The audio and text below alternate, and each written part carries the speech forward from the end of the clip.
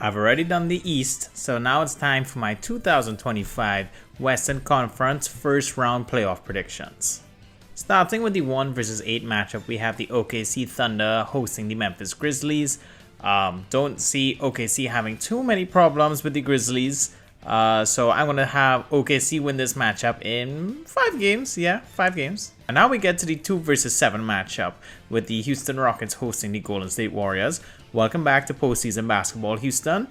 Now, you face one of your old rivals that you cannot beat before, and I do think that the Houston Rockets here, I respect what they've done this regular season, but I do think they're on a bit of a fraud watch, where I definitely see the Golden State Warriors, with the addition of Jimmy Butler that they've had, upsetting them, even though they're the highest seed. So I'm gonna pick my first upset in my prediction so far and have the Golden State Warriors beat the Rockets in 7 games. And now we have another series that's on potential fraud watch, the 4 versus 5 matchup with the Nuggets hosting the Clippers.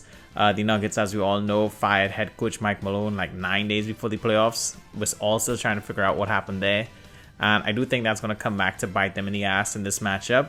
And even though the Nuggets have the best player in the world right now, Nikola Jokic, on his way to win a 4th MVP in a 7-game series against a very well-balanced, deep LA Clippers teams, I'm gonna give the edge to the Clippers in this one. So I'm going with another upset with the Clippers beating the Nuggets in a 7-game series.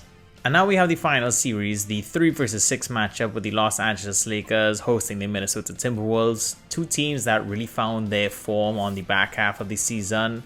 And although the LA Lakers have found a lot of success with their small ball lineup and can exploit the Timberwolves in that area, really making Rudy Gobert a non-factor, I do also think the same can be true with the lack of center and the lack of size on the Lakers. Can be really punished by the Rudy Gobert and the Minnesota Timberwolves, especially with Julius Randle also in that front court. It really could go either way. I am leaning more towards the Lakers. I personally am not as confident as Shannon Sharp, so I'm not going to go Lakers in 5, but I do think the Lakers can pull this off in 6 games.